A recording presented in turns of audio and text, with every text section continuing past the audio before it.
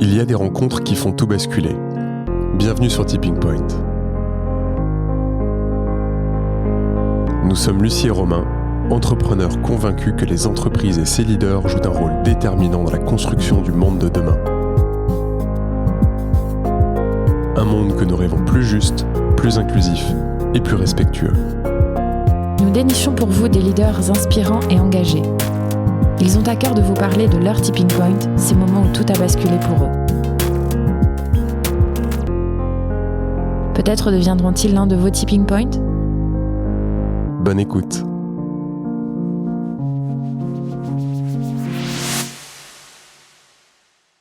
Allez, c'est parti. La résilience est notre capacité à passer à travers l'adversité et à en ressortir grandi et plus fort.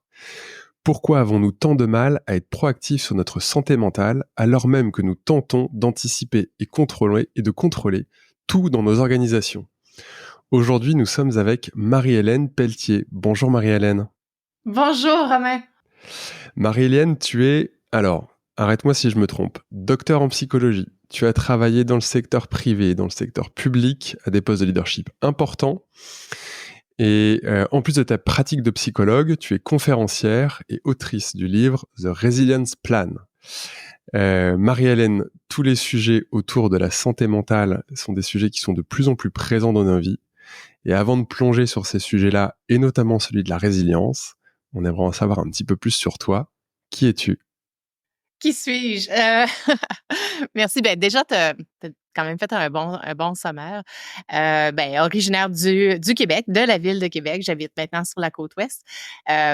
Intérêts professionnels qui ont été une combinaison de la psychologie, comme tu l'as dit, jusqu'au doctorat en psychologie, et aussi dans le domaine des affaires. Donc, j'ai fait mon MBA aussi, ce qui a fait que j'ai travaillé beaucoup dans des postes de leadership, en management, leadership, tout ça, de postes très juniors, comme gérer un centre d'appel où c'est un feu à tous les jours, finalement, jusqu'à des postes de haute direction dans le secteur privé, public, tout ça, dans l'assurance aussi, pour éventuellement, comme tu l'as dit maintenant, être principalement conférencière, coach exécutive et encore avoir ma petite pratique comme psychologue, avec...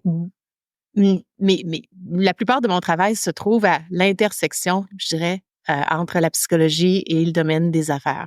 Parce que, et d'ailleurs, plusieurs personnes m'appellent la traductrice, pas français-anglais, mais bien que ça pourrait être ça aussi, mais de traduire les concepts d'un côté à l'autre. Donc, parfois d'aider les gens du côté de la santé à mieux comprendre les dynamiques auxquelles font face les leaders, et parfois à l'inverse, aider les leaders à comprendre et utiliser de façon pratique, réaliste surtout, ce qu'on sait de la recherche du point de vue de la psychologie pour, en fait, que ces gens-là puissent apporter leur meilleur parce que je comprends très bien comment l'ensemble des demandes auxquelles un ou une leader fait face peuvent être extrêmement excitantes, mais aussi extrêmement demandantes. Quel leader, Marie-Hélène, toi, tu as été, quand tu étais dans les organisations à la fois privées et publiques? Quel leader, tu veux dire quel genre de poste? Alors, quel type de poste, mais quelle personne, quel leader au sens... oui, comment tu incarnais ce poste-là dans ton être? Oui. Et avec les autres? Je dirais leader, mais souvent, en fait, et c'est souvent ça, ultimement, nos rôles de leadership, même si on y arrive avec une expérience, parfois des formations plus formelles, moins formelles, une expérience de vie, peu importe comment on arrive dans ces rôles-là, mais surtout si on y arrive après une formation plus académique, disons, on a l'impression que c'est ça qui informe notre leadership. Mais souvent, la réalité, c'est que c'est nous comme personne qui va informer comment on va créer ce rôle-là, comment on va l'incarner. Et c'est tant mieux. On veut que ce soit comme ça parce que si on essayait, en fait, de juste faire des trucs parce que c'est bien, ça existe, c'est recommandé, ce serait probablement pas notre façon la plus optimale. de mener, d'inspirer, de gérer, d'optimiser, de faire peu importe c'est quoi nos objectifs ici. Donc moi, personnellement, oui, c'est certain que venant d'un contexte d'intérêt très grand dans l'être humain en général, j'avais probablement un intérêt premier sur les gens avant les efficacités, avant les optimisations d'opérations, tout ça. Oui, absolument, beaucoup d'intérêt de ce côté-là aussi. Je suis quand même une femme très organisée et qui adore optimiser, mais qui arrivait avec une assez grande conscience, probablement une combinaison de personnalité, mais aussi de formation, que c'est l'être humain qui allait nous amener vers les plus grandes innovations, les meilleures façons de faire, le plus grand plaisir de faire ce qu'on est là pour faire, les plus grandes opportunités de croissance pour chaque individu, mais aussi pour nous comme équipe, même pour nous comme organisation. Donc, combinaison, probablement avec un peu plus d'intérêt et de passion pour l'humain. Et ça voulait dire quoi pour toi quand tu as fait ce choix de devenir psychologue? Ça voulait dire quoi pour toi être psychologue et l'incarner en entreprise et à l'époque et aujourd'hui? Ça veut dire quoi aujourd'hui pour toi? Quel est le chemin que tu as parcouru? Ben, à l'époque, c'est arrivé par hasard. C'était pas un choix conscient lors de mes études ou mon choix de premier travail ou quoi que ce soit. Non, rien de ça. C'est que mon conjoint, Nicolas, qui est encore mon conjoint, mais il y a vraiment plusieurs années, donc Nick était dans le domaine des mines. Et donc, on venait de la ville de Québec, mais Nicolas a eu son premier emploi dans le nord du Québec, dans une mine, ce qui fait que quelques mois avant qu'on finisse notre formation académique à l'Université Laval, on savait qu'on allait déménager dans le Nord. Et donc, moi, j'ai fait des formations additionnelles parce que dans le Nord, évidemment, il y a beaucoup moins, peu ou pas, parfois, de psychologues et des besoins sont très grands. Puis en plus, ça, c'était bien avant maintenant où il y avait évidemment aucun travail virtuel qui se passait. Là. Facebook, FaceTime, c'est-à-dire, n'existait pas non plus. Donc, on était très loin de tout ce qu'on fait maintenant. Donc, je me suis ramassée là-bas à faire énormément de rôles, mais un de ces rôles-là a été de travailler dans les programmes d'aide aux employés. Et la plupart des compagnies avec qui je travaillais étaient dans les compagnies minières. Évidemment, c'est un endroit de mine, c'est dans le nord. Et donc, c'était absolument fascinant de souvent travailler avec des individus qui travaillaient dans les mines, tout ça, mais qui utilisaient le programme d'aide aux employés parce que c'était gratuit, c'était couvert, puis ben oui, ils avaient un problème avec leur famille ou dans leur vie personnelle ou tout ça. Et je me rendais compte que ces gens-là auraient jamais, jamais décidé de consulter un ou une psychologue si ça n'avait été de ce programme gratuit là, qui existait dans leur entreprise. Et donc, ça faisait aussi qu'ils consultaient de façon beaucoup plus proactive parce que c'est gratuit, c'est facile, c'est là. Et donc, moi, comme psychologue en début de carrière, je voyais ça, puis je disais, « Oh, c'est fantastique!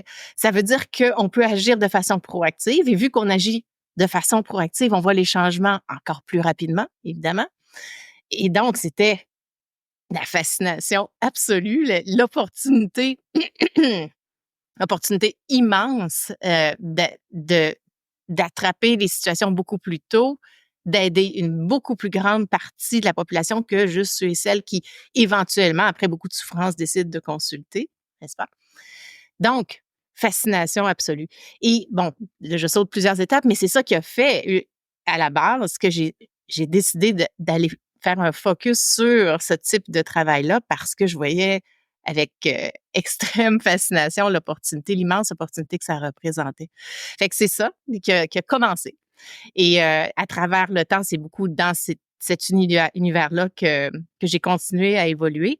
Et de fil en aiguille, avec mes combinaisons de formation, ça a fait que souvent dans les rôles que j'avais, si à l'intérieur de l'entreprise où j'étais, il y avait un service de consultation, de coaching exécutif, de consultation avec une psychologue, ben je me ramassais, moi, souvent à voir des clients, des clientes qui disaient « On veut parler à Marie-Hélène parce qu'elle a la combinaison psychologie et business, le côté des affaires. » Et donc, avec tout ça, naturellement, de fil en aiguille, ça fait que j'ai travaillé presque exclusivement avec des professionnels et des leaders, souvent initialement par la porte d'entrée de leur situation au travail. Souvent, ça, évidemment, rejoint les côtés personnels aussi. Mais c'est comme ça que finalement, ça s'est bâti du début et continué jusqu'à maintenant. Mmh. Et du coup, me vient une question, et après je laisse la parole à Romain, promis. Hem, Parce que je crois qu'il y a quand même une différence. En tout cas, je me pose la question significative entre la France et le Canada dans ce rapport à la santé mentale au travail, ou en France, jusqu'au Covid et encore. Mais je pense que jusqu'à 2020, c'est encore très tabou. Il y a très peu de psychologue au travail. Quand il y en a, on marche toujours un peu à tâtons. Nous, on se pose toujours avec beaucoup de délicatesse la question de est-ce que c'est le rôle de l'entreprise ou pas de soutenir la santé mentale de ses employés. Est-ce que oui, est-ce que non? Tu vois, le burn-out n'est toujours pas reconnu comme maladie professionnelle en France, pour plein de raisons politiques et économiques, bien évidemment. Euh, mais quand même, ça signifie quelque chose. Et donc, je ne sais pas si tu as ce regard un peu transversal et si tu peux nous éclairer, parce que peut-être à tort, j'ai l'impression qu'au Canada, vous êtes assez en avance sur ces pratiques. Chaque pays, c'est un peu comme même chaque organisation, chaque compagnie, chaque industrie, puis à l'intérieur de chaque industrie, par exemple, ça va varier aussi à travers les types d'organisations. Mais chaque, on va dire, écosystème peut-être, varie en termes de où ils en sont par rapport à l'incorporation de différentes variables. La santé mentale en est une, la santé financière en est une autre. Non, il y en a plusieurs qui vont avoir un impact sur nous comme individus, comme leaders dans une organisation et aussi sur les gens dans nos équipes. Oui, les pays sont à différents endroits aussi, mais même à l'intérieur d'un pays, encore une fois, les organisations vont être à différents endroits. Euh, donc oui, États-Unis, Canada, France, Suède, pays scandinaves, et Asie, il va y avoir différents endroits où les pays vont être. Parfois, c'est une combinaison de juste culture du pays, culture des gens, culture d'entreprise, oui, situation politique, système aussi, comment les choses sont organisées en termes de support par rapport à la santé en général, santé physique, santé mentale. Il y a beaucoup de facteurs. Tout ceci étant dit, oui, effectivement, il y a eu plus probablement de conversations reliées à la santé mentale en général et à la santé mentale au travail au Canada qu'en France. Il y en a aussi plus au Canada qu'aux États-Unis. Les États-Unis en ont plus sur la santé financière que les Canadiens. Donc, on parle beaucoup plus de santé financière aux États-Unis qu'on parle de santé financière ici, alors qu'on devrait. Santé physique, mentale, financière sont très reliées. Donc, oui, les pays sont à différents endroits, c'est vrai. Mais les choses évoluent quand même, parce que même, par exemple, si on regarde la France, maintenant, c'est différent d'il y a 10 ans. On en parle quand même un peu plus maintenant. Et c'est comme ça qu'on veut y penser. On veut y penser avec beaucoup de recul, de perspective. On regarde à travers les années, parce que c'est des systèmes de pensée, des croyances, des cultures, comme on dit, qui donc ont besoin de beaucoup de temps pour évoluer. Même ici au Canada, l'une des choses qui a fait beaucoup avancer les choses, c'est la création de la Commission canadienne pour la santé mentale, qui a été créée il y a vraiment plusieurs années, plus de 10 ans. Mais ça a pris des conditions pour arriver. Ça s'est créé parce qu'il y avait une combinaison de personnes dans des postes de leadership qui ont décidé, pour toutes sortes de raisons, des raisons personnelles, des raisons aussi professionnelles, de pousser cet aspect-là sous le microscope un peu plus. Et ici, au Canada, ça a mené à plusieurs groupes de travail sur la santé mentale des Canadiens et Canadiennes en général, au travail, les gens qui vivent dans la rue, dans les écoles, partout. Et entre autres, du côté travail, ça a mené au standard sur la santé et la sécurité psychologique au travail qui a été créé il y a ça aussi plus de 10 ans. Fait que, vous voyez, c'est ça, c'est des choses qui prennent beaucoup d'années avant d'avancer. Même quand ça a été créé, le fameux standard, il n'y a rien qui a bougé immédiatement. Les conversations ont commencé à arriver encore plus. Mais encore maintenant, plus de 10 ans après, plusieurs organisations n'ont pas encore porté attention et commencé à implanter. Il y en a plusieurs que oui, et donc le mouvement continue, mais on parle de vraiment plusieurs années. Et en termes de, tu parlais, Lucie, de burn-out. La réalité, c'est que l'épuisement professionnel, c'est défini par l'Organisation mondiale de la santé comme un phénomène occupationnel. Donc, c'est défini, c'est ça existe. Il y a 3 critères, c'est l'épuisement, le cynisme et l'impact sur notre performance. Et comme tel, l'épuisement professionnel, le burn-out, n'est pas un diagnostic, c'est un phénomène occupationnel qui peut mener à des diagnostics. Côté santé physique, par exemple, haute pression sanguine et d'autres difficultés. Côté psychologique, souvent mène à une combinaison de dépression et anxiété. Bon. Alors, c'est ça la réalité, c'est comme ça pour tout le monde dans tous les pays. Et ensuite, on a la recherche qui montre les genres de les variables qui vont avoir une influence sur une situation de burn-out potentielle dans un individu. Et l'une des choses qui est importante quand on commence à penser au burn-out, c'est que vraiment, c'est pas dans l'individu, c'est pas dans l'organisation, c'est dans la relation entre les deux. OK. Et donc, puisque c'est la relation, c'est souvent une combinaison. Et la combinaison, parfois, va être 99% employeur, 1% employé, ou l'inverse, ou toutes sortes de combinaisons. Et ce qui est utile, je pense, à considérer, parce qu'on ne saura pas effectivement, voici, madame, vous, c'est un 99% employeur, 1% vous, on ne saura pas. Bon.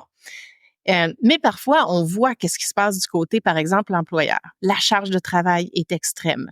L'opportunité d'influencer les situations est absente. Le sentiment d'avoir une communauté, des relations avec nos collègues de travail est très faible. Des trucs comme ça vont avoir une influence. Même si on pouvait dire que 100%, disons, du problème du burn-out d'un certain individu était du côté personnel, si l'organisation améliore tous ces facteurs-là. Les 3 que je viens de donner sont des exemples des quelques facteurs qui ont été identifiés par la recherche comme ayant une influence. Ben oui, on va quand même avoir une opportunité d'influencer de façon positive.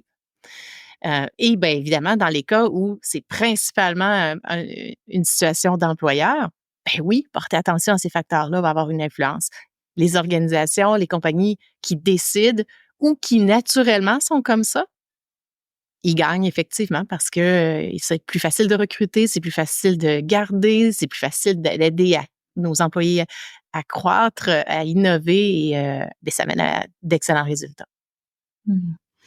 Depuis que toi tu es sur ce sujet-là, Marie-Hélène, quelle tendance tu observes entre le moment où toi tu as travaillé pour les salariés dans la mine au nord du Québec et maintenant, la tendance est plutôt favorable et on est en meilleure santé mentale? Est-ce que ça se dégrade? Est-ce que ça reste pareil? Est-ce qu'on est sur d'autres pathologies? Comment évoluent ces pathologies? Est-ce que tu peux nous en dire un peu plus, la vue de ta fenêtre et de l'évolution de tout ça? Grande question. Grande question. Ben, on ne va pas mieux, malheureusement. Il y a certaines choses qui vont mieux, dans le sens où l'augmentation des conversations, de l'attention portée à la santé, toute la santé, physique, mentale, financière, des gens en entreprise, plus ou moins dans certaines organisations, dans certains pays, tout ça, mais globalement, si on pouvait regarder tout ce qui se passe en général, ça bouge dans une bonne direction. Et on a plus d'éducation, plus d'informations, on en parle plus, même grâce, si je peux exprimer ça ainsi, à notre fameuse COVID. Ben, on a quand même, ça a quand même mené à plus de conversations. Donc, tout ça, c'est positif. Du côté plus difficile, ben, on fait face à beaucoup de demandes. Il y a souvent moins de ressources, plus de demandes. Il y a quand même beaucoup de situations de culture organisationnelle, de pays, d'individus, de systèmes de croyances qui vont faire que on va en fait pas porter attention vraiment à notre santé et donc continuer à simplement essayer, exclusivement essayer de répondre à toutes les demandes auxquelles on fait face, ce qui fait qu'on met beaucoup notre santé à risque. Il y a encore beaucoup de glorification d'une espèce d'approche d'invincibilité presque, ouais, je suis fantastique, capable, je suis résiliente naturellement comme individu, donc peu importe ce qu'on m'apporte, je vais toujours pouvoir y aller, je vais toujours pouvoir avancer, tout ça.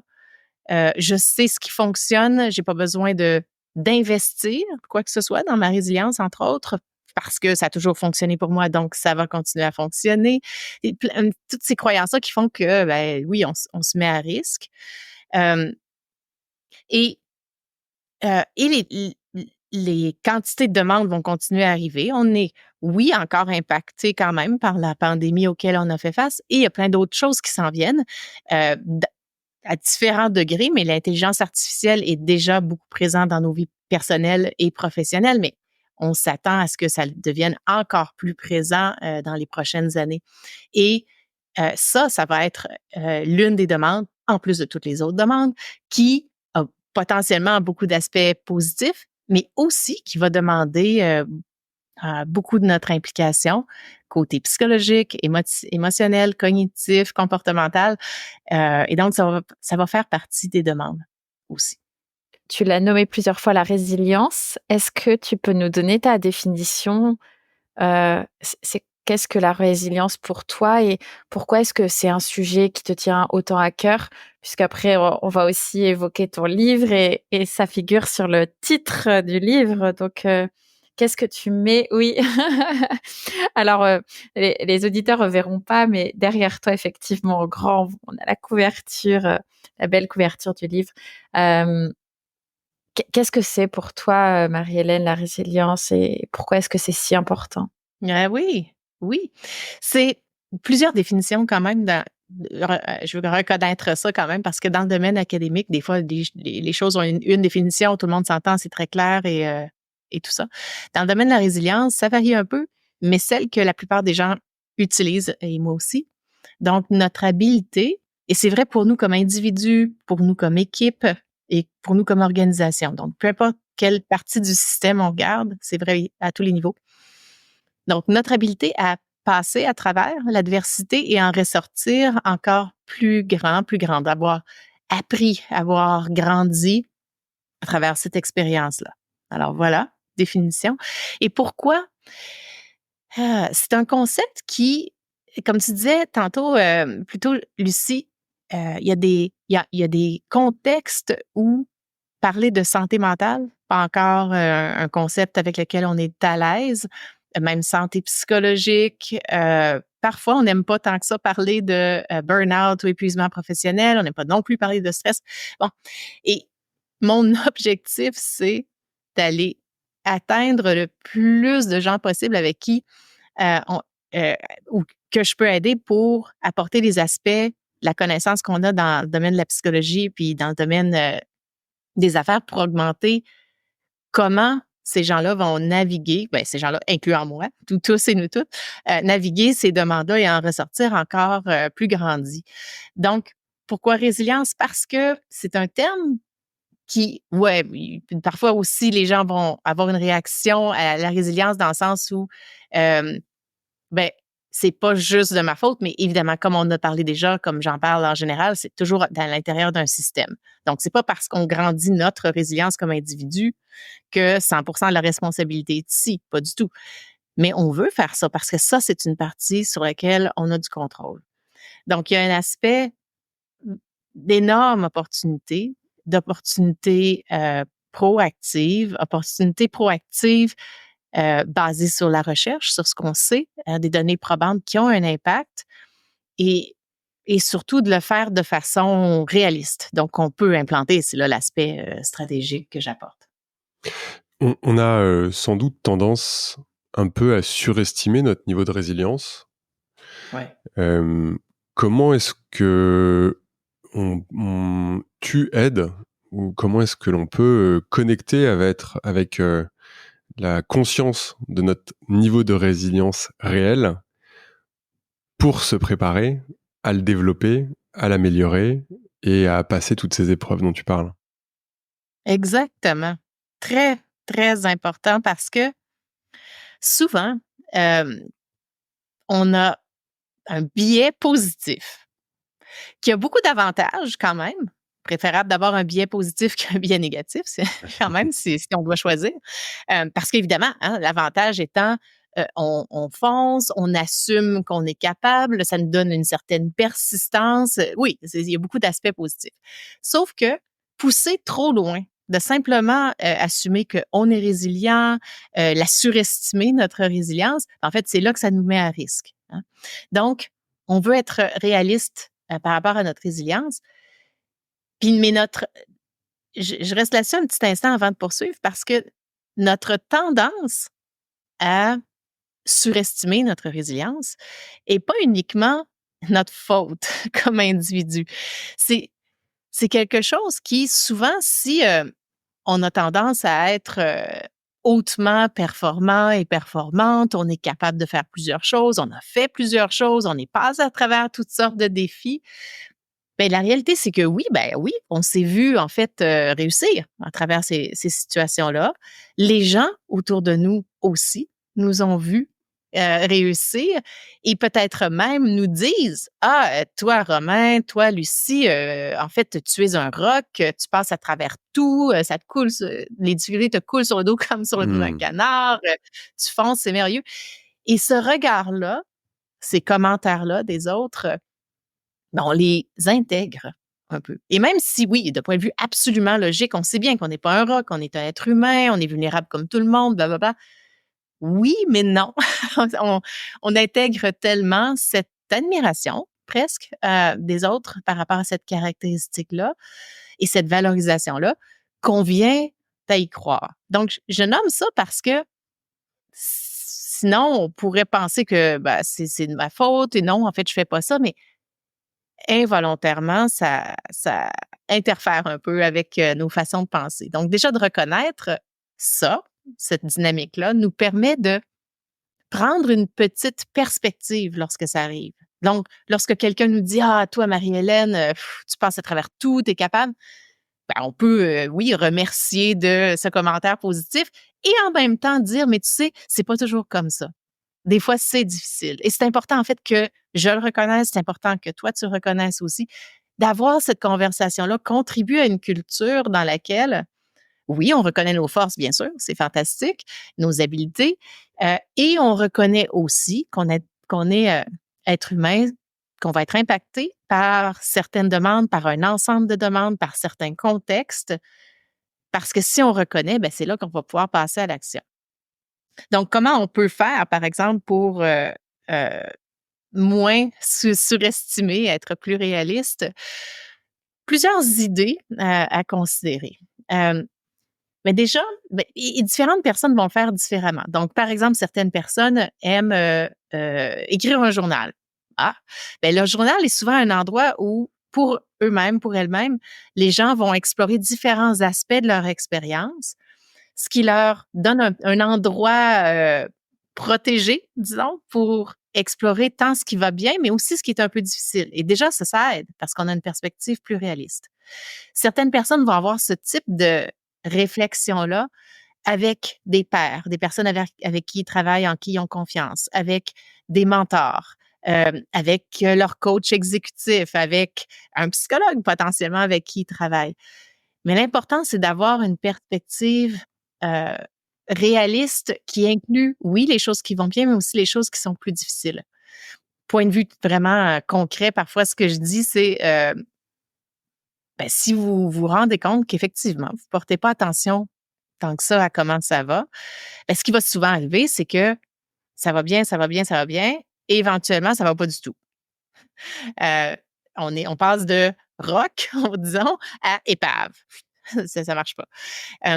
Donc, pour éviter cette presque dichotomie-là, une des choses qu'on peut faire, c'est on imprime une page de calendrier et à tous les soirs, endroit qu'on visite à tous les soirs, où on se brosse les dents, peu importe, on se met une note, 0 à 10, pas une note évaluative, mais plus une note dans le sens où comment ça a été, comment j'allais aujourd'hui. Donc, ça allait très bien, 9 sur 10. Ça allait très bien encore, 8,5, mais un peu plus fatigué ou peu importe.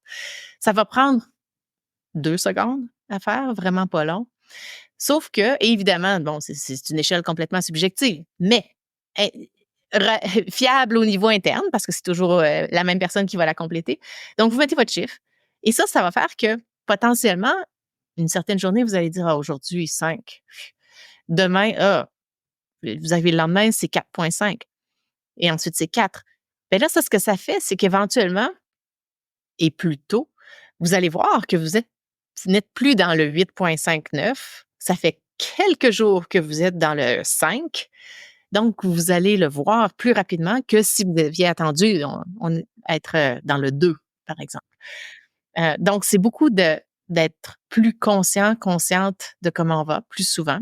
De plus en plus, je travaille avec des gens qui incorporent, par exemple, la méditation dans leur vie, qui est une des façons pour plusieurs personnes de rester en contact, de voir avec eux-mêmes comment ça va.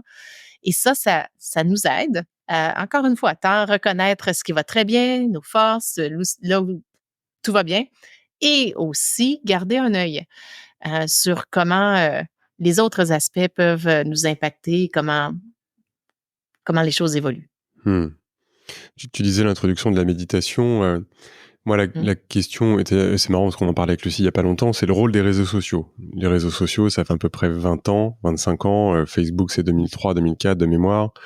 Avant, les historiques, c'est Napster, MySpace, etc., qui est plutôt du partage de fichiers, etc. Mais là, aujourd'hui, on est quand même sur des réseaux où on a la nécessité de se montrer beau sur Instagram, avec une belle communauté sur Facebook, avec un joli post et en réussite professionnelle sur LinkedIn. Et bon, je vais pas toutes les faire, mais on est quand même, je vais pas dire cornerisé, mais on s'est quand même mis dans un monde qui est dans cette injonction-là. Et donc, quand tu te retrouves dans le monde réel avec des gens qui te disent t'as l'air super fort et répondre, enfin le courage qu'il faut pour pouvoir dire oui c'est vrai, mais c'est pas tout le temps comme ça n'a pas été aussi joli, etc., etc. C'est quand même, il faut avoir un niveau de conscience de soi qui est quand même assez élevé. Et ma question, c'est comment est-ce qu'on élève ça, en fait? Je comprends ce que tu disais sur le fait de pouvoir faire une forme de journaling, et puis, mais tu vois, c'est comment est-ce que tu peux élever le niveau de conscience que tu as tout en restant objectif, en fait? Oui, oui, très vrai. Ben, plusieurs aspects dans ce que tu décris à considérer potentiellement. Dès que j'entends médias sociaux, souvent, ma première réaction, c'est mettons des limites, toutes sortes de limites. Déjà, parce que il y a plusieurs, et là, moi, je ne suis pas l'experte en médias sociaux, évidemment, donc je vais approcher de la conversation du côté plus psychologique et de la résilience aussi. Mais c'est que, bon, oui, la réalité médias sociaux est quand même principalement biaisée vers des communications, comme tu l'écris, très positives. Il y en a parfois qui vont faire des communications plus de type Oui. partage pluriel de d'autres aspects, mais c'est pas la majorité, c'est vrai. Et plusieurs choses. Premièrement, bon, parfois, et ça dépend aussi du contexte, il y a des gens qui vont exprimer des trucs côté médias sociaux qui sont plus du point de vue professionnel, d'autres plus du point de vue personnel. Donc, il y a différents objectifs là aussi. Et je pense que en tant que consommateur, consommatrice, on veut d'abord se protéger avant même d'aller voir, avant même d'ouvrir quelque chose, avant même d'aller lire ce qui se passe présentement sur l'un ou l'autre de ces médias sociaux-là. Est-ce que c'est un bon moment pour moi de faire ça? Puis d'être réaliste dans l'impact de ce que je vais voir. Quel impact ça peut avoir sur moi présentement? Donc, si présentement, je sais pas moi, ça va pas tant que ça, je suis un peu stressée de plein de trucs, je suis un peu incertaine par rapport à la conférence que je viens juste de donner, c'était virtuel, j'ai pas encore eu de rétroaction, je sais pas, je suis un peu incertaine. Puis bon, ben oui, comme tout le monde, il y a des réseaux sociaux, là, je peux aller passer quelques minutes à regarder les médias sociaux. Les fois où je me suis attrapée et je me suis dit non, non, non, c'est pas le moment d'aller voir sur LinkedIn toutes les autres personnes qui ont fait des conférences, puis qui ont pris des photos avec l'audience et que tout le monde est très content et tout ça. Parce que moi, présentement, je vis de l'incertitude. Je suis pas certaine de comment ça a été. Ça m'aidera pas d'aller voir ça, là. Alors, non. À la place, je vais aller faire une petite marche ou sortir du bureau, peu importe, mais non, je vais faire ce choix-là, mettre cette limite-là. Ou même si je dois y aller ou si je veux y aller à un autre endroit, à un autre moment, je vais me rappeler de ce qui est probablement là, avant de le voir, de l'impact que ça peut avoir et est-ce que ça fonctionne pour moi présentement? Puis, des fois, oui, c'est correct, mais si la réponse est non, protection quand même.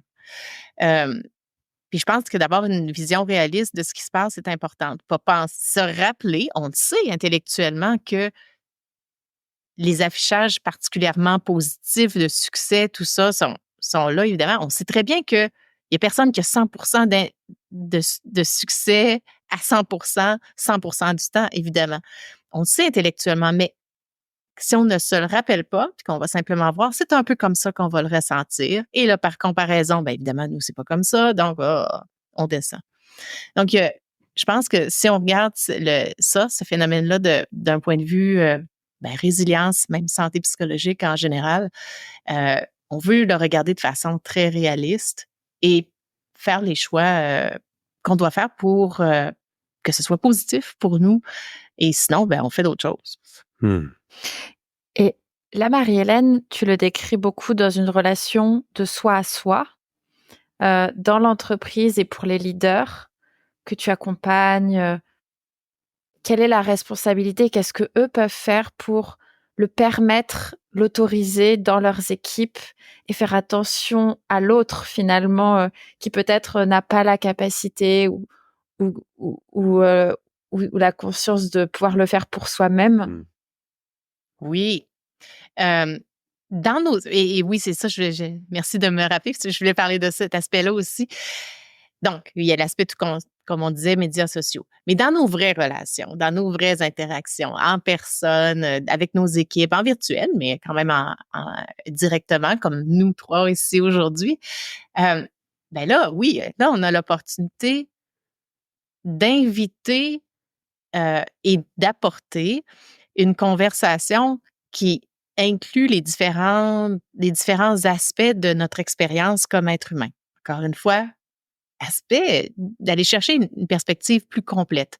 Oui, les choses qui vont très bien et aussi les choses qui sont très difficiles. Donc, spécifiquement, comme leader dans une entreprise, dans notre équipe, s'assurer qu'on partage les choses qui sont difficiles aussi, pas juste les choses qui vont bien. On entend souvent parler de partager une certaine vulnérabilité. Souvent, les leaders n'aiment pas ce terme. Ça les inspire pas d'apporter vulnérabilité. C'est pas comme ça qu'ils pensent par rapport à eux-mêmes. Donc, c'est souvent pas un terme qui vient les chercher. Une autre façon, et c'est souvent plus comme ça que moi j'en parle, c'est comme je vous le dis, c'est d'aller chercher les différents aspects de notre expérience. C'est impossible que tout aille bien à 100%. Allez chercher les choses qui sont difficiles et parlez-en. Ou même, si par exemple, juste pour couvrir un ensemble d'exemples, aussi simple que, disons que comme leader, souvent les leaders, par choix ou par expérience forcée, vont réaliser éventuellement que on doit vraiment investir dans notre résilience. Par exemple, il y a plusieurs façons, mais l'une des façons, c'est d'aller, par exemple, marcher en nature. C'est une combinaison de temps dans la nature, d'exercice, souvent avec quelqu'un d'autre. Bon, il y a plein d'aspects positifs. Alors, si, par exemple, j'ai décidé d'aller faire une marche en nature la fin de semaine, je reviens lundi, on se parle de notre fin de semaine. Oui, c'est certain que je pourrais juste dire, ah oui, je suis allée faire une marche, c'était super. Je peux aussi dire, je me suis assurée d'aller faire ma marche avec ma copine dans la forêt parce que je tiens à investir dans ma résilience. OK. Fait que là, c'est pas juste, c'était vrai, c'est les deux versions sont vraies. La deuxième apporte plus dans notre conversation, dans notre équipe, l'importance de la santé psychologique, de la résilience et de poser des gestes concrets par rapport à elle. Hein, ça, c'est un exemple. Une autre chose complètement différente, mais par exemple, si, encore une fois, OK, je suis leader, je veux apporter cet aspect-là dans notre conversation, cet aspect-là il y a des choses qui vont bien, il y a des choses qui vont moins bien et on veut parler de tout. Moi, comme les gens dans mon équipe, je veux l'entendre aussi. C'est sûr que l'idée de démontrer ce que vous voulez inviter, c'est toujours une bonne idée. Donc, et on sait ça de la recherche aussi. On sait, par exemple, de la recherche que si comme manager, je partage avec mon équipe l'un des commentaires constructifs que j'ai reçus par rapport à ma performance. Et je leur dis, moi, en fait, je travaille à moins parler, poser plus de questions. Très drôle pour moi aujourd'hui parce que je parle tout le temps, là, mais sans poser plus de questions. Là, je pourrais démontrer que je ne réussis pas du tout dans mon objectif et il faut que je me rappelle de moins parler. Mais je peux partager ça. Et je peux même inviter mon équipe à, dépendamment du niveau de confiance qu'on a, tout ça, mais je peux leur dire, Lucie, on travaille ensemble. Si, par exemple, Lucie et moi, Lucie est dans mon équipe, je pourrais dire, Lucie, il faut vraiment que je travaille à moins toujours donner toutes les solutions, parler toujours, et plus poser des questions, écouter. Fais-moi des signes. Fais-moi un petit signe de, de fermer ma bouche parfois pour t'écouter davantage parce qu'en fait, je sais que tu es extrêmement compétente, ingénieuse et je veux entendre tes idées. Fait que je peux partager cet effort-là que je fais. On peut en parler en riant, travailler ensemble sur, moi, aller chercher du support dans mon équipe par rapport aux choses sur lesquelles je dois travailler. Et on normalise. C'est facile, on peut en parler et à travers le temps, encore une fois, c'est pas une situation où on fait ça une fois et c'est changé pour toujours. C'est comme la confiance avec nos amis, la confiance dans nos relations de couple. Ça se bâtit pas dans une interaction, ça se bâtit à travers le temps, à travers la répétition, la constance entre ce qu'on dit puis ce qu'on fait. Mais la même chose va se produire dans nos équipes. Ouais, donc j'imagine que tout ça, c'est ce qui fait que tu as voulu mettre ça dans un livre, The Resilience Plan. Est-ce que peut-être tu peux nous en parler un peu de ce livre? Oui, oui, ça a beaucoup fait partie de pourquoi je voulais mettre dans un livre, mais aussi parce que je l'entendais des gens avec qui je travaillais. Des gens avec qui je travaillais qui me disaient: «Ah, je suis vraiment contente, je suis vraiment content d'avoir fait ces changements-là qu'on a fait dans notre travail ensemble» et je me dis: «Ma vie professionnelle aurait tellement bénéficié si j'avais su tout ça beaucoup plus tôt». Mmh. Et mais là, je suis très contente, je le sais maintenant et je continue évidemment. Et là, c'est d'entendre ces commentaires-là. Évidemment, moi aussi, ayant toujours été tellement valorisée, attraper les gens plus tôt dans leur carrière, de façon proactive, comme je dis depuis le début, tout ça, qu'éventuellement, je me suis dit: «Ah s'il y avait un livre, ça ferait que, oui, je pourrais potentiellement, parler à plus de personnes, même parler à Romain et Lucie, parce que sans le livre, je ne vous aurais probablement pas parlé. Alors voilà. Mais oui, c'est l'idée de partager ces façons-là de penser, mais dans un langage euh, distillé pour le professionnel, là où la professionnelle leader qui a déjà une surcharge d'informations. On a énormément, déjà beaucoup. Donc, je voulais l'apporter dans une façon qu'on peut digérer. Vous avez un vol de quelques heures, vous pouvez trouver le livre et le lire à travers ce vol-là. D'autres personnes préfèrent prendre leur temps et réfléchir. Tout ça, c'est très bien aussi. Mais c'est distillé assez pour que ce soit très réalistement facile à implanter. Hem, est-ce que ça a été facile pour toi, d'écrire, de poser, ta pratique quotidienne et toutes tes réflexions dans quelque chose, qui soit abordable pour chacun? Ça a été quoi cette aventure, de publier un livre pour toi, Marie-Hélène? Fascinante aventure. Sérieusement. Je savais que oui, on sait on imagine bien là, que c'est beaucoup de travail. C'est plus de travail qu'on pense, déjà. Alors, si quelqu'un pense à écrire un livre, je dirais oui, oui, c'est plus de travail même qu'on pense. C'est aussi beaucoup plus euh, inspirant qu'on pense finalement. Euh, pour nous, comme la personne qui écrit.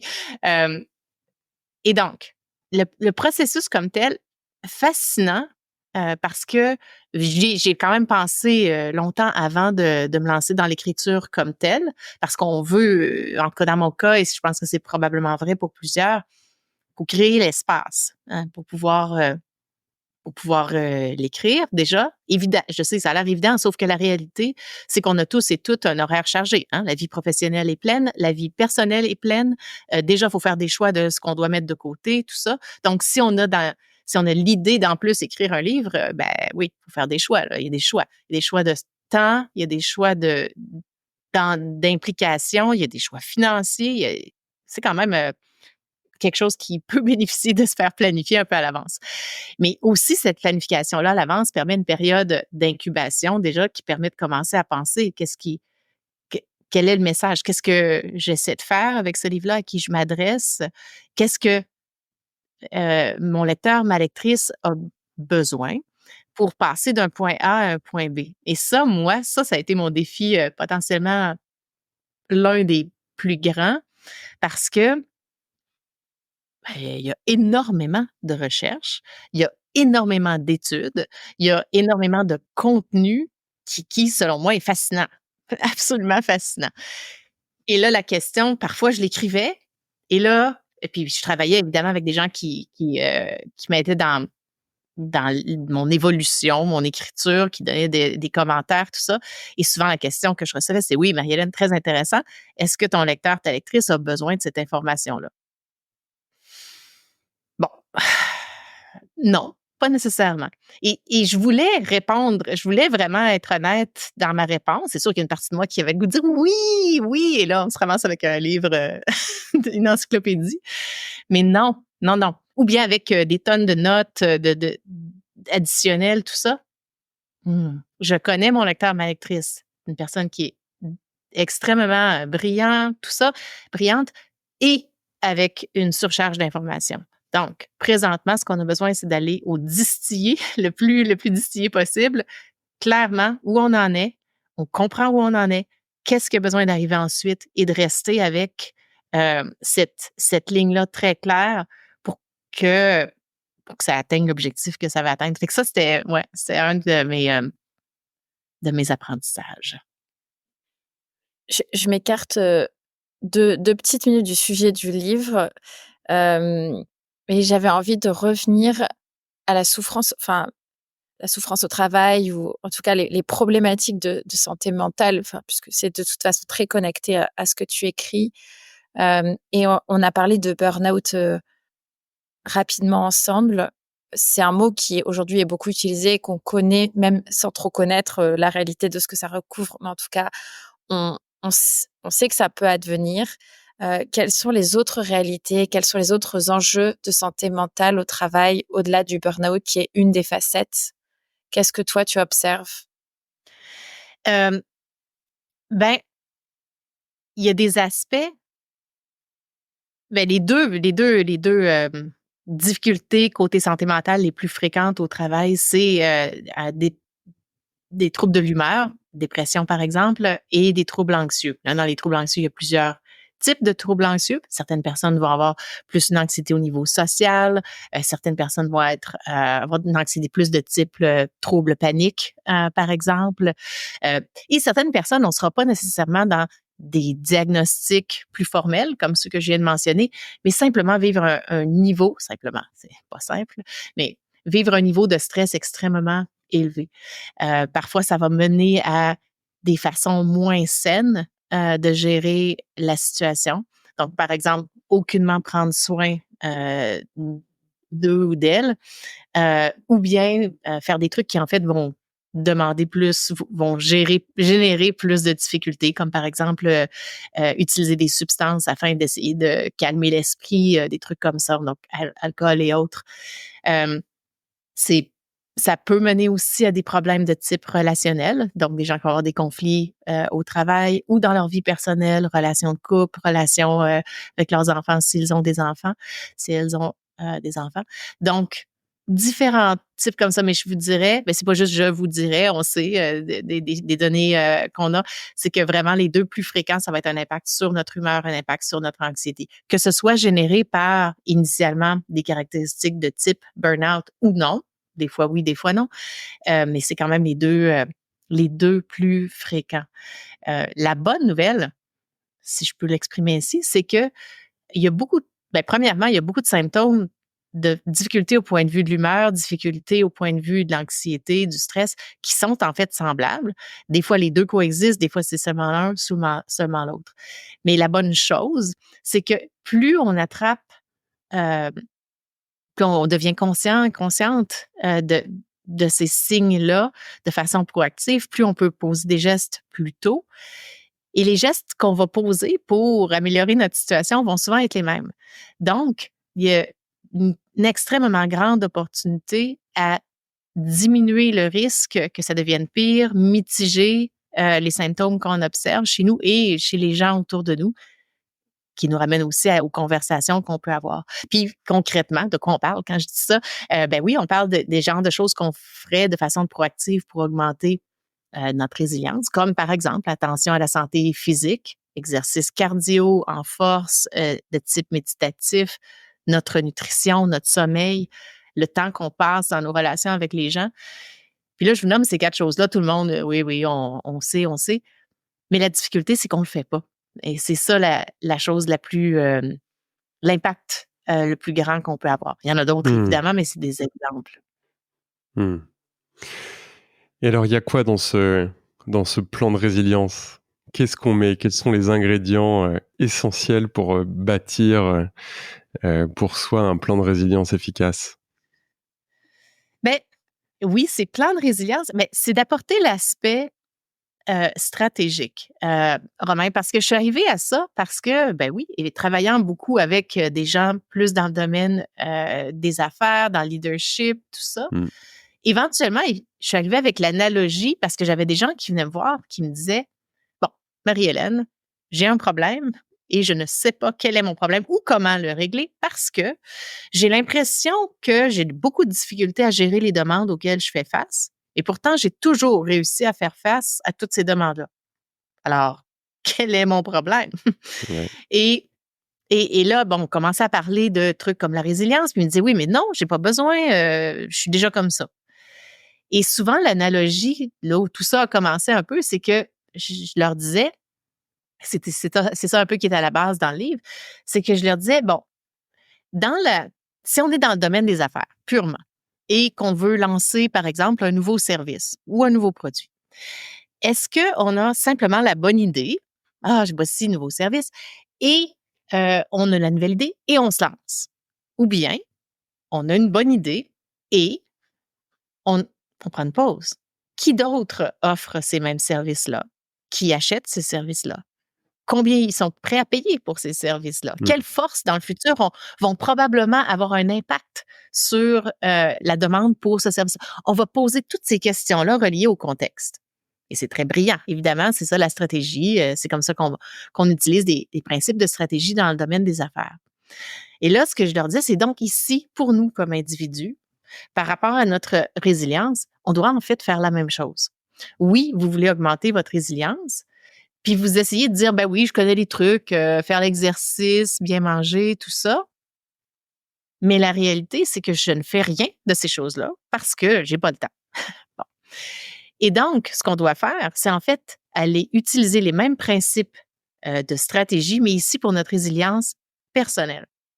Donc, pour revenir à ta question, Romain, dans le livre, ce dont je parle, c'est on veut aller d'abord, et on le fait un peu plus évidemment de détails dans le livre, mais fondamentalement, on veut d'abord aller augmenter notre niveau de clarté par rapport à nos valeurs comme professionnels. Donc, quelles sont mes valeurs? Je vous donnerai un exemple après. On veut aller chercher le plus d'informations possible quant aux demandes auxquelles je fais face, puis aux sources d'énergie que j'ai aussi. Donc, allez voir ça, comment ça va. On veut aussi aller chercher beaucoup d'informations par rapport à notre contexte personnel actuellement. Qu'est-ce qui m'aide côté résilience? Qu'est-ce qui m'aide pas du tout? Contexte extérieur à moi. Qu'est-ce qui supporte ma résilience? Qu'est-ce qu'elle supporte pas du tout, malheureusement. Et une fois qu'on a toute cette information-là, ben là, oui, on peut créer un plan résilience. En gros, c'est vers ça que le livre nous amène. Hmm. Tu veux que je te donne un exemple ou Ah, volontiers, oui. volontiers, on aime les exemples. Moi aussi, j'aime. Alors, et ça va être un exemple haut niveau, évidemment, mais quand même juste pour nous donner une idée. Donc, si par exemple, je travaille, Romain, est-ce que tu permets, en fait, je me lance dans ma question, est-ce que tu permets que je te pose des petites questions? Tu réponds évidemment à ce que tu veux, mais tu nous servirais d'exemple. Est-ce que tu Allez, vas-y, je fais le Oui, cobaye. oui, Allons-y. le cobaye. Alors, Romain est notre cobaye aujourd'hui. OK. Donc, donne-nous quelques-unes de tes valeurs. Choses qui sont importantes pour toi dans la vie. Et là, on sait que Lucie est là avec nous aussi, alors attention. Non, c'est pas vrai. Là, faut que Mais je fasse hyper gaffe, là. Alors, je vais te je te dire donne des exemples. l'amour. Ouais, donc Ah, l'amour. hein? Moi, j'ai besoin d'aimer et d'être aimé. L'authenticité et l'amusement. Ouh, OK. On est dans les 3 A. OK. Parfait. On continue. Évidemment, on ira en plus de détails dans le livre, tout ça, mais pour aujourd'hui, pour notre petit exemple. OK. Donne-nous, par exemple, quelques sources de demandes que tu as dans ta vie actuelle, que tu es prêt à partager avec la planète au complet. Côté professionnel, côté personnel, 2 ou 3 peut-être en tout, quelques-unes des demandes auxquelles tu fais face. Qu'est-ce que tu veux dire par demande? N'importe quoi dans ta vie qui demande de l'énergie. Et j'adore que tu poses la question parce que j'en parle justement dans le livre. Une demande peut être quelque chose de, disons, négatif qu'on veut pas vraiment avoir, comme par exemple, je sais pas, moi, je reçois trop de demandes. OK. Mais ça peut être aussi une demande positive. Euh, par exemple, j'ai 9 enfants qui ont tous en bas de 9 ans. Bon, ben, c'est beaucoup de demandes. OK. Tu sais. Fait que ça peut être, c'est ça. Donc, ou je viens d'avoir une promotion. Très content, évidemment. Mais ça représente une demande parce que là, je dois changer plein de trucs, il y a des choses que je sais pas. Nanana.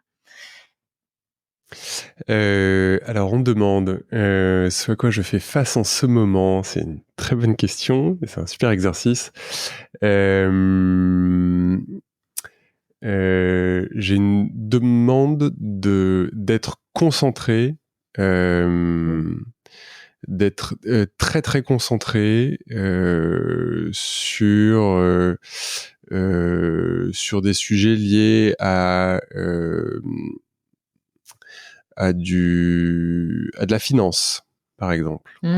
C'est-à-dire avoir une casquette un peu de directeur financier, construire un business plan,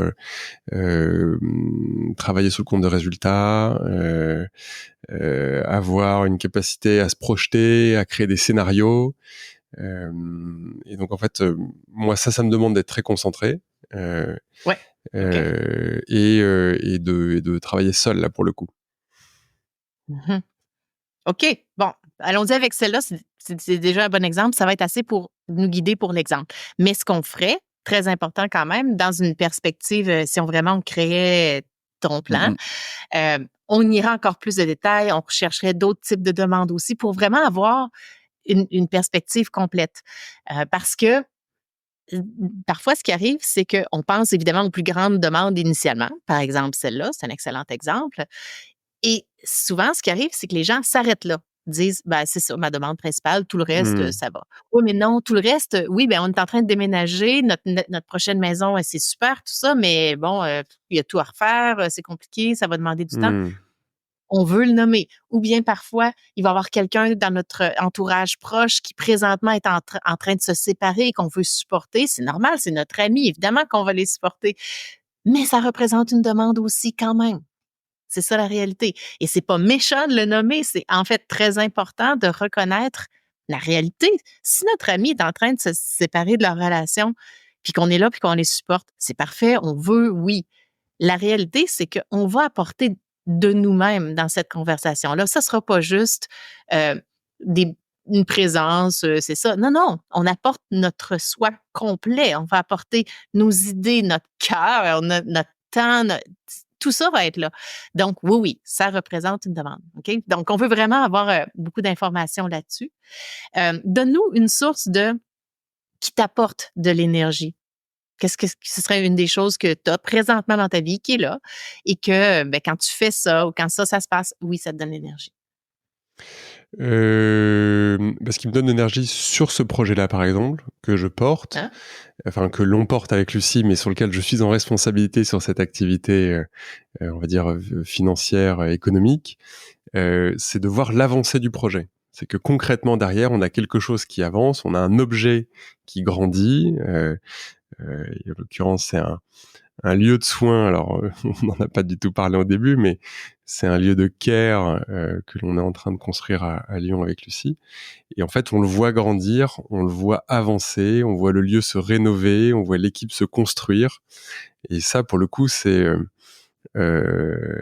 revitalisant, Oui, revitalisant, réénergisant. totalement. Oui, fantastique. OK, bon, excellent exemple. Et donc, la troisième étape qu'on ne fera pas aujourd'hui, mais dans le livre, on explorerait, comme je disais, plusieurs autres variables, tant au niveau que j'appelle interne à toi, donc ta personnalité en fait, puis aussi externe à toi qui ont un impact sur ta situation actuelle. Mais suivant tout ça, là, on créerait ton plan résilience à toi présentement. Et je dirais Mhm. présentement parce que ce que tu as besoin présentement va être différent dans 3 mois, dans 6 mois. Ça s'ajuste. C'est très facile à faire. Mais présentement, disons qu'on aurait un plan résilience pour toi.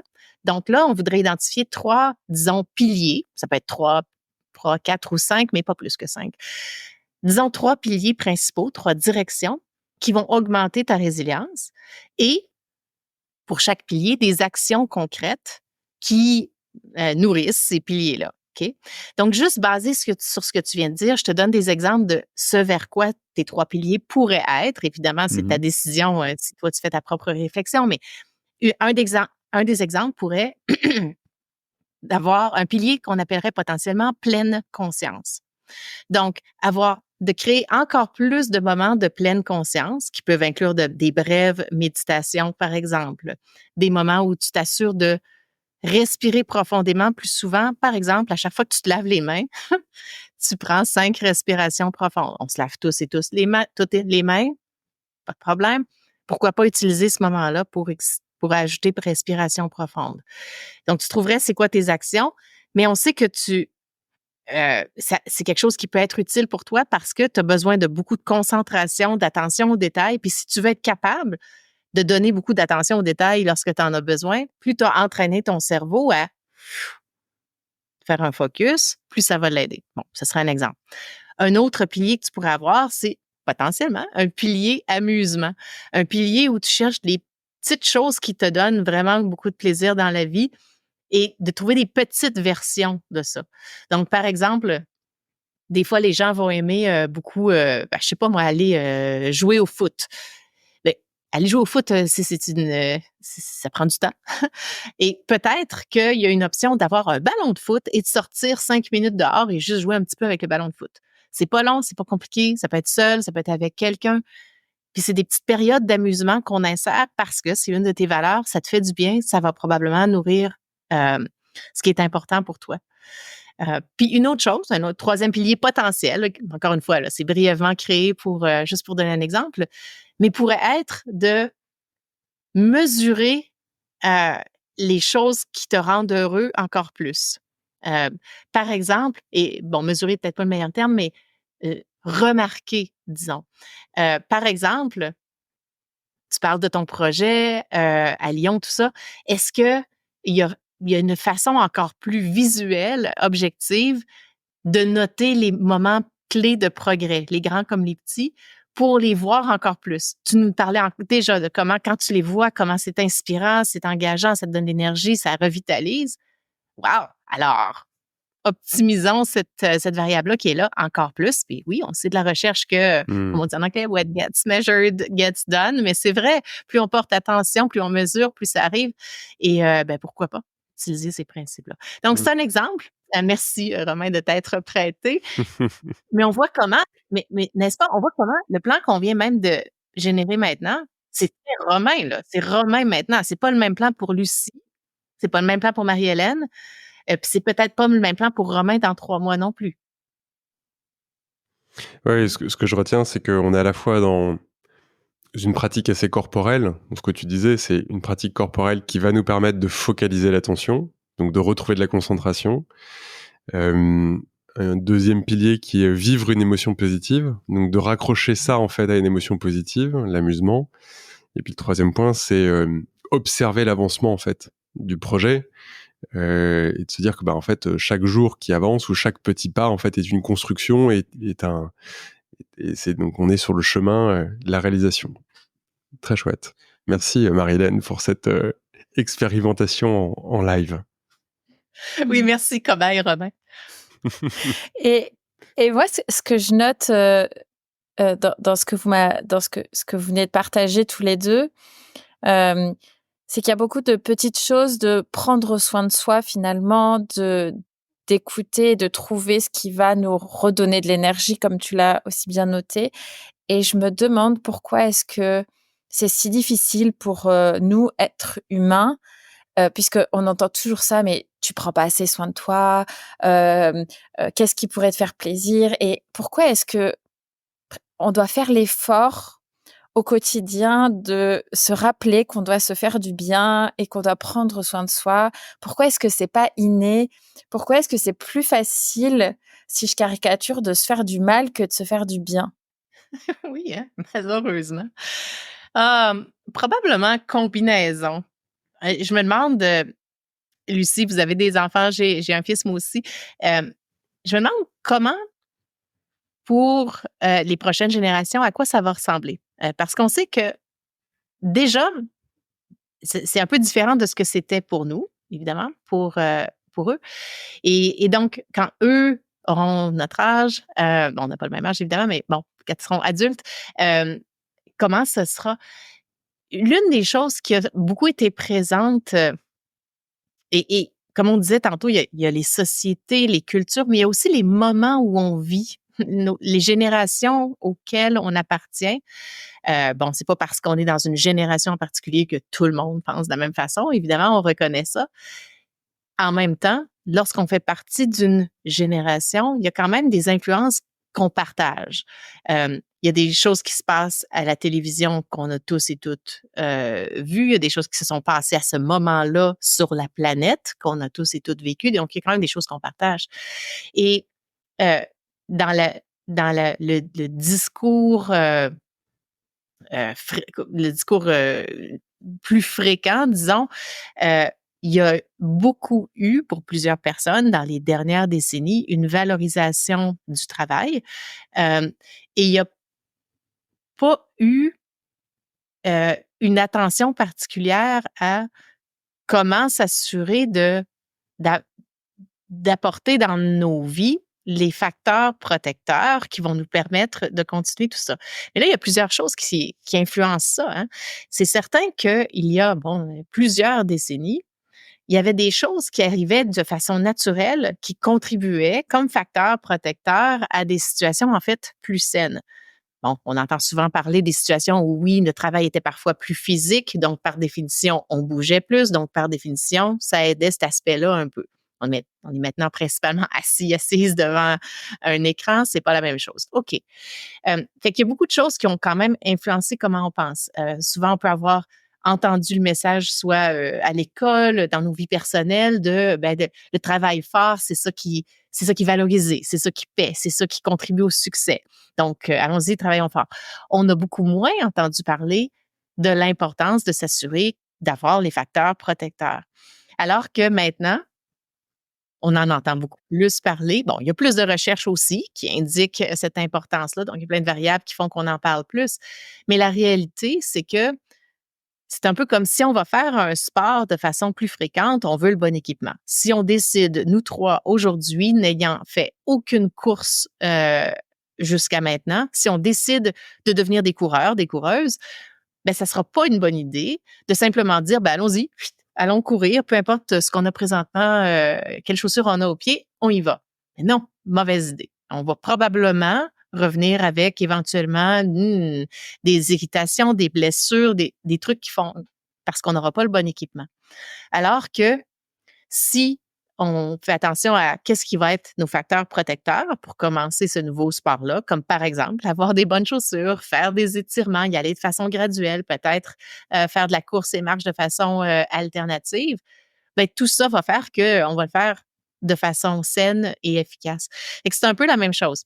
On est dans un contexte où il y a des facteurs protecteurs naturels qui sont plus là. Il y a des demandes qui continuent à s'accumuler.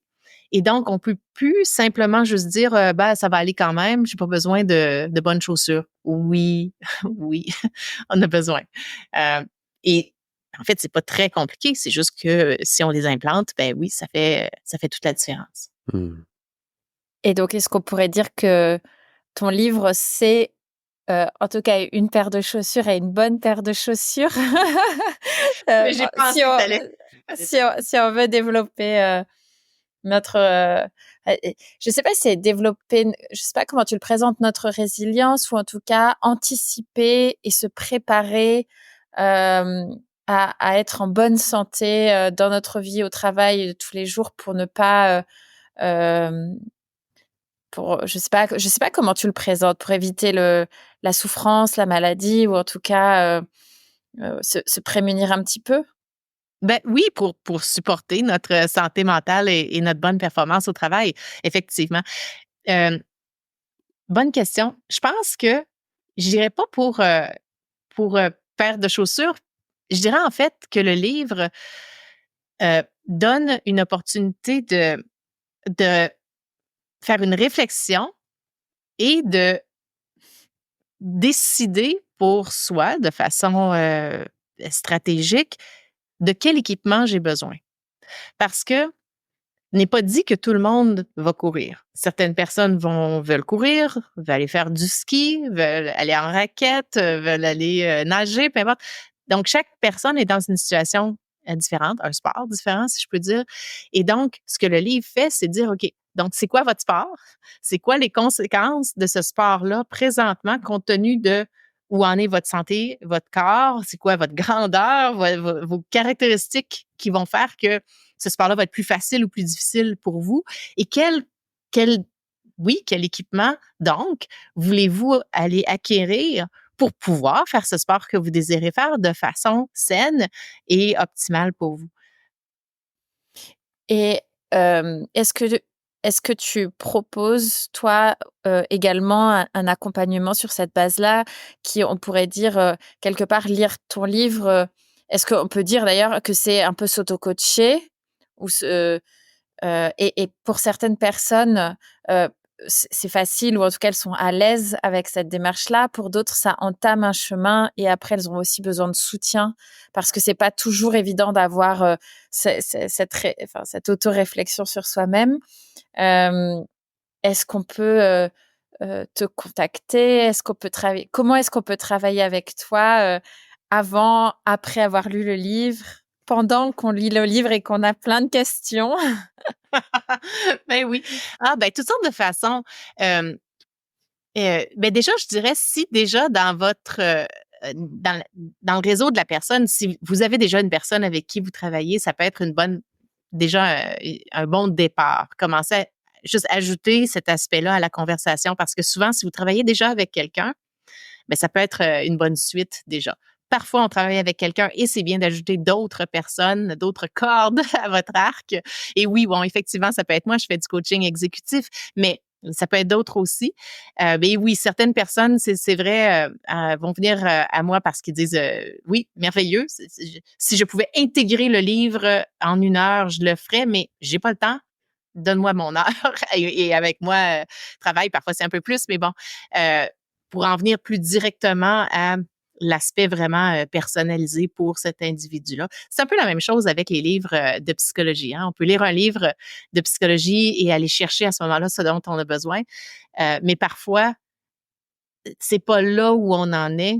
On a besoin de quelqu'un qui va nous amener plus rapidement à exactement pour nous ce dont on a besoin maintenant. Et c'est à ce moment-là que travailler avec quelqu'un, c'est bien. Mais oui, bon, on peut aller à theresilienceplan.com qui va nous amener au livre et à moi, ou à moi sur LinkedIn. Ça, c'est une autre chose. J'affiche quand même plusieurs choses sur LinkedIn, parfois des parties du livre, mais d'autres choses aussi, des conseils, des recommandations, des réalisations que certains de mes clientes ont eues qui peuvent être utiles à d'autres, tout ça. Fait que parfois, juste même, on parlait des réseaux sociaux plus tôt.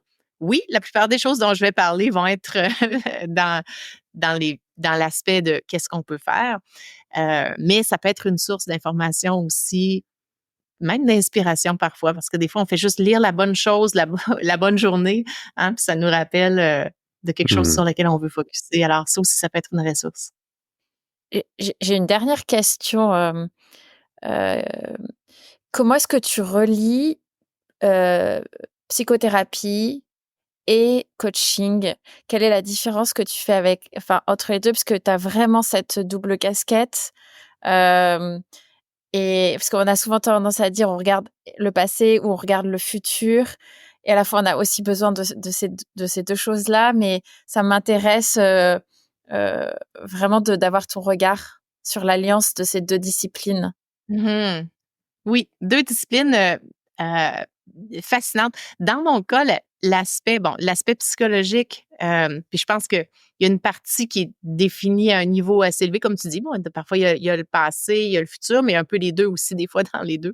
Hem, Dans mon travail, ce que je te dirais, c'est que lorsqu'on est en traitement psychologique, lorsque j'utilise, des formations de psychologue, la thérapie cognitive comportementale pour aider quelqu'un, de passer d'une situation difficile à une situation qui n'est plus clinique, donc qui n'est plus d'une situation difficile, c'est là que le travail psychologique va plus se passer. Le travail en coaching exécutif va être plus relié à des objectifs que la personne a à son travail, des objectifs de développement, de croissance, plus du point de vue professionnel.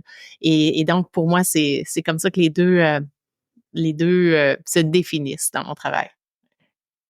Est-ce qu'il y a une dernière chose, Marie-Hélène, qu'on n'a pas abordé, un sujet qui te tient à cœur et que tu as envie de nous partager aujourd'hui?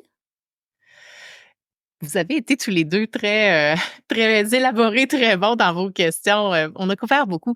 Je dirais, heu, un mot qui souvent, je pense, même moi aussi je dis même moi parce que bon, je parle beaucoup de tout ça, mais tout ça aussi, je dois, me le rappeler, faire mes stratégies, évoluer mes stratégies. Je fais toutes les mêmes choses avec parfois plus de facilité que d'autres, mais je le fais. C'est de garder un regard de curiosité.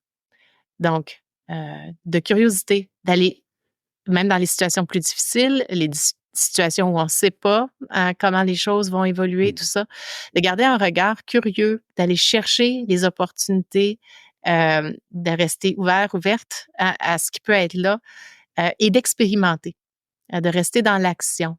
Donc, même si on n'est pas certain ou certaine que ça va marcher, ça se peut que ça fonctionne pas, heu, ça va toujours nous bouger vers l'avant. Et c'est pas juste quelque chose qui sonne intéressant. On sait, en fait, du point de vue de la recherche, que à chaque fois qu'on va être dans cette dans cet état d'esprit-là et qu'on va, être dans l'action, on va augmenter notre sentiment d'auto-efficacité. Donc la croyance qu'on peut influencer notre situation actuellement, ce qui éventuellement influence notre croyance qu'on peut influencer d'autres situations dans le futur.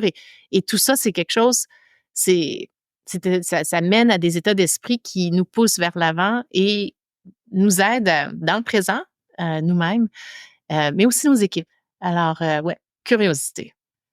Le mot, que j'aimerais joindre au tien de curiosité, Marie-Hélène, c'est dynamique dans l'aspect vraiment, parce que c'est ce que je ressens de notre échange, et de tout ce que tu as partagé avec nous, c'est qu'on est en mouvement, c'est vraiment une dynamique, de curiosité, de questionnement, de réflexivité aussi, et voilà, en tout cas, ça nous donne vraiment envie de cheminer à tes côtés, en parcourant ce livre-là.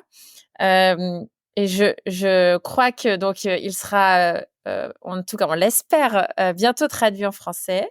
Tu nous le disais, mais on l'a pas encore redit, donc je le redis, de commander le livre dans les librairies françaises aussi, pour, aider à ce qu'il soit rapidement traduit en français. Mais bon, il existe aujourd'hui en anglais, et on parle quand même tous plus ou moins bien, mais l'anglais et comme tu l'as écrit pour qu'il soit facilement, rapidement lu.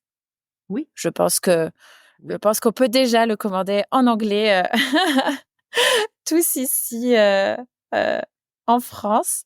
Donc moi, je voulais vraiment te remercier pour ce que tu partages avec nous parce qu'on est dans une démarche qui est dans la mise en action, comme tu viens de le dire, et on a besoin de ça au-delà de la pensée, de la réflexion qui est importante. Et souvent, nous, surtout dans ce podcast-là, on est dans la réflexion, dans l'inspiration. Et aujourd'hui, avec toi et avec ce livre-là aussi, on est dans l'action. Et je crois qu'on a besoin de ce juste équilibre. Donc, merci beaucoup pour ça. Ah, merci. Merci, Lucie. Ça a vraiment été un plaisir. J'ai beaucoup aimé notre cheminement dans notre conversation aussi. Alors, merci. C'est chouette. Moi, je voulais ajouter ma contribution Momo, ce serait cadeau. Je pense que c'est un beau cadeau à offrir et je pense que c'est un beau cadeau à s'offrir. Le fait de penser un peu à soi et ce support que tu as écrit est, je pense, un vrai élément de transformation et donc ce sera aussi un joli cadeau à offrir. Donc n'hésitez pas à contacter Marie-Hélène sur LinkedIn, on remettra tous les liens bien évidemment pour pouvoir interagir avec toi Marie-Hélène. Merci beaucoup pour ce moment passé ensemble et à très bientôt. Merci à vous deux. C'est fini pour aujourd'hui. Nous espérons que cet épisode vous a inspiré. Retrouvez toutes les infos et les épisodes sur notre site tippingpoint.fr, tipping-point.fr. Si vous avez aimé, n'hésitez pas à partager l'épisode le plus largement autour de vous et à mettre 5 belles étoiles pour nous aider à nous faire connaître. À bientôt!